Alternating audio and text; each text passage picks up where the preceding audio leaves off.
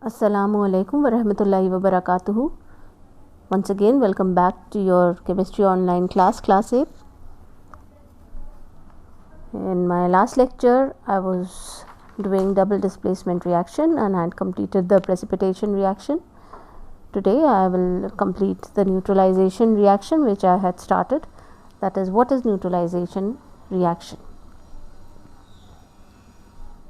So, you can see that chemical reaction in which a base reacts with an acid to produce salt and water is called neutralization. That is, an acid reacting with a base gives you salt and water. So, these are the two products, and in this context we have to start an activity. Let us see what do we have to do in this activity. We have to use dilute sodium hydroxide solution. Sodium hydroxide salt in which water has been added is called as sodium hydroxide solution, dilute hydrochloric acid, phenolphthalein indicator, a test tube and a dropper. Phenolphthalein indicator means it is a chemical substance by whose color change we tend to know a particular, in this case whether a particular thing is acidic or basic. So, its color change will tell us that which where we have the acid and where we have the base. So, we take a test tube in this case and clean it using a clean dropper, and we use hydrochloric acid, and we take few drops of hydrochloric acid and put in this test tube. Then we add an indicator, that is phenolphthalein indicator. You can see the color of phenolphthalein and it is added. There is no color change that is seen in the test tube. Is it clear? Then after that, now add sodium hydroxide solution drop by drop to the test tube, shake it well. After adding each drop, what do we see? We see the color has changed to pink. Is that clear? Keep adding the sodium hydroxide solution drop by drop until the color begins to turn more pink. Is that clear? It will become a little darker. You can see this. Once again, we add drop by drop of hydrochloric acid to the solution mixture until the solution in the test tube becomes colorless. Is it clear? So, we have added, and again the color has changed from pink to colorless. So, what is the observation? In the activity we observe there is no change in the color of hydrochloric acid while adding phenolphthalein solution. Is it clear? While you can see again, when we add phenolphthalein to this, there is no color change. And then what do?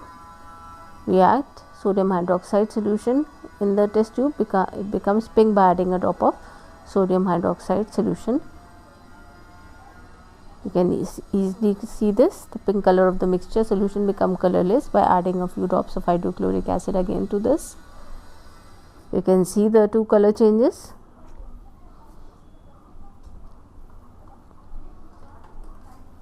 Now, what do you learn from this? You learn that if we add excess base to acidic solution, it converts to base. Similarly, we can change base into acid. How can we do that? You can see this, we can test it, that the effect of base is nullified by an acid. When acids and bases are mixed in definite proportion, they give a neutral solution. Is that clear? So, you can see now the solution has turned back to pink. Now, why is this happening? Because the solution is basic because of dilute sodium hydroxide solution. Phenolphthalein gives pink color. When we add dilute hydrochloric acid solution, it neutralizes the alkaline nature of dilute sodium hydroxide. An extra drop of dilute hydrochloric acid makes the solution acidic. This makes the phenolphthalein colorless. So, on the other hand, the addition of dilute sodium hydroxide neutralizes the effect of dilute hydrochloric acid. So, these are the color changes that you have seen. So, again making the solution basic. So, the pink color appears again. So, acids react with bases and neutralize their effect. Is that clear? Again and again we adding sodium hydroxide and then acid, we can see when it is colorless, that is on addition of acid, and again on we add a base and we add few drops of phenolphthalein, it turns pink. Is it clear? So this is what we had seen. So we can say that acid react with bases and neutralize the effect. So in this context we have special I have told you phenolphthalein is an indicator. So what are indicators? So indicators are special substances that show characteristic colors in acidic and basic medium. So we have litmus, phenolphthalein and methyl orange. These three are indicators that are special substances that show characteristic colors in acidic and basic solution. So I had shown you one, that is phenolphthalein. In acidic medium it is colorless and in basic it is pink. So this is the pH value which we will discuss later on, but right now you can understand the various colors. If we use, instead of phenolphthalein, we use methyl orange, then it will show a red color with acids and yellow with basic. Similarly, litmus solution, that for test of acids, the red litmus, blue litmus turns red, and for basic it is the reverse, that is red litmus turns blue. Is that clear? So these are the various types of indicators. Then what is the importance of these indicators in daily life? We have in our systems also, and we are using in our daily life also. What is the use of this? Now for instance, indigestion. Generally after having some spicy food or oily stuff, we tend to have a burning sensation in our stomach or in our throat, that is in a food pipe. So it can be treated by taking weak bases called antacids. For example, milk of magnesia, it contains magnesium hydroxide that neutralizes the effect of excessive acid in our stomach. So our stomach naturally has an acid, that is hydrochloric acid, and when more spicy food and oily food goes in our stomach, so we have dilute hydrochloric acid in our stomachs, right? Now this is it aids in digestion.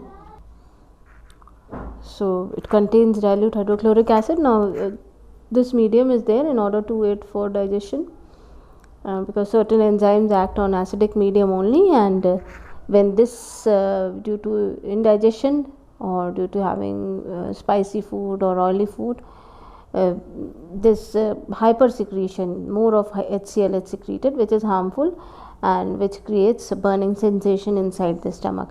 So in order to cure this or treat this indigestion, generally a weak base has to be given, which is in the form of quicklime or calcium oxide or slake lime, calcium hydroxide. Now this sorry, I beg your pardon, this has to be given in the form of milk of magnesia, which is a weak base. Is that clear?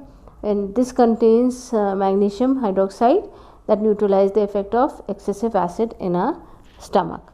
Is that clear? So and to cure indigestion at home also, we can take baking soda, pinch of baking soda, or indigestion tablets. We have those Ayurvedic tablets in the form of Hajmola and other such digestive tablets of hing and pomegranate churan, and all these things they help in the digestion process. Apart from this, insect bites of certain insects are acidic in nature. For instance, the bee stings are acidic and they can be neutralized with baking soda, that is bicarbonate of soda neutralizes the effect of that acid which has been secreted by the bee sting, and that acid is formic acid. Is that clear? So, and wasp stings are alkaline and can be neutralized with vinegar. Vinegar is a weak acid and that can be neutralized by that. Is that clear? So the effect of sting is neutralized by rubbing a mild base like baking soda, sodium hydrogen carbonate, or calamine solution, which is zinc carbonate, on the affected part of the skin. Is that clear? That is, this is helpful to the application of neutralization. You can see in the insect stings also, to neutralize the effect and to ease the problem or ease the trouble, we can apply an acid or a base as required, which have to be weak acid and weak base. Is that clear? Apart from this, it is also helpful in the treatment of soil. Now we have heard about acid rains. Acid rains means having the water which has been mixed. The rainwater gets mixed with the sulfur dioxide that is present in high concentration, or nitrogen dioxide that is present in high concentration, the concentration in the atmosphere, and falls down on the ground as nitric acid or sulfuric acid, and as a result of which the soil turns acidic. So what do we generally do? And then the plants do not grow in very acidic, or it can even become, or the soil of a particular area may be basic also. Now when it is acidic, we have to treat it with slake lime. Is that clear? That is calcium oxide, CaO, or calcium hydroxide is slake lime, and quicklime is calcium oxide. Is that clear? And when the soil is basic, sulfate salts are added to make it neutral. Is that clear? Because the plants and crops grow best in the neutral soils, not acidic nor basic. Besides this, the liquid waste that is discharged from the factories is often acidic, and when it reaches the nearby water body, which can be a river or a lake or a pond, it kills the sea life of any form. All the plants and animals are affected. So again we have to add slake lime to such water bodies and prevent the killing of the sea life. Is that clear? So we will do the exercise on the next turn. Then moving on to the decomposition reaction to form oxides. I have told you what is decomposition reaction. Decomposition reaction, I have told you, when a bigger molecule, in simple terms you can take it when a bigger molecule breaks up into smaller ones, smaller units. Is that clear? Reaction which a compound breaks up to form two or more simpler substances is called a decomposition reaction. Is that clear? Now thermal decomposition is when we apply heat. So a compound with oxygen is present as an ion is called a oxide. Is that clear? So when the decomposition process takes place, an oxide is formed. Now what is this oxide? Is a compound of oxygen and another element. Is that clear? So compounds like metal carbonates, metal nitrates, and metal sulfates decompose on heating to form oxides. For example, metal oxide or carbon dioxide, sulfur dioxide oxides of nitrogen are formed. Is that clear? So now we'll proceed on to the decomposition reaction to form oxide. First one is the decomposition of metal carbonates. So when decomposition of metal carbonate, in this the first example is of zinc carbonate, but before that, when a metal carbonate is heated, it gives a metal oxide and carbon dioxide. Is that clear? So example, zinc carbonate, when it is heated, it gives zinc oxide and carbon dioxide. Is that clear? So on heating you can see, and here a triangle is drawn to show the symbol of heat. Is that clear? Now I have already discussed this, that to show what on heating lead carbonate, it forms lead oxide. Is it clear? So here in this table you can see that when the carbonates are heated, for potassium and sodium there will be no decomposition, and when metal carbonate, the metal carbonates are heated, that is calcium carbonate, magnesium carbonate, aluminum carbonate, zinc carbonate till copper carbonate, it will form metal oxide and carbon dioxide. Is it clear? You can see this. And then when silver carbonate or gold carbonate are heated, and then metal is there, you can see this with silver, carbon dioxide and oxygen is evolved. Is that clear? Then similarly with metal nitrates, when metal nitrate are heated, they give metal oxide, nitrogen dioxide and oxygen. Now nitrogen dioxide is in the form of brown fumes. So here also, when metal nitrate, potassium nitrate and sodium nitrate are heated, then metal nitrite and oxygen is evolved. Whereas in other cases, from calcium nitrate to copper nitrate, it forms the corresponding metal oxide. That is, for instance, it will form calcium oxide and nitrogen dioxide along with oxygen. Example in your book, you can see zinc nitrate. When it is heated, it gives zinc oxide, nitrogen dioxide and oxygen gases evolved. Similarly with lead nitrate, again lead oxide and nitrogen dioxide and oxygen will be evolved. Is that clear? Then the metal sulfate, again what do we have? They will give you metal oxide, sulfur dioxide and oxygen. Is it clear? Now you can see here ferrous sulfate is used. So we can see it is giving out the sulfur dioxide and sulfur trioxide gases. Similarly with others also, it will give metal oxide, that is the zinc oxide will be formed, sulfur dioxide and oxygen. These gases will be evolved. Is that clear?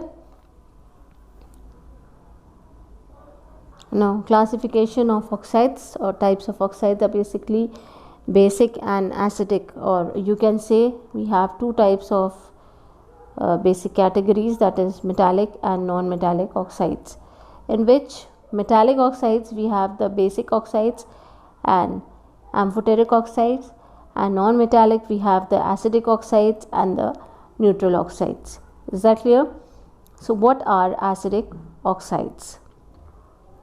So acidic oxides, most of the oxides of non-metals are acidic in nature and they react with water to give different acids. That is why they are called as acidic oxides. For example, when you have for instance, you can say, I am saying non-metallic oxides are called acidic oxides. So what are non-metals? Different non-metals are carbon, nitrogen, phosphorus and sulfur, so on. So oxide of carbon is carbon dioxide. Is that clear? So it reacts with water to give you the corresponding acid, H2CO3. Is that clear? So that is why it is said that they are giving different acid, react with bases and alkalis to produce salts. So similarly with sulfur dioxide is also non-metallic.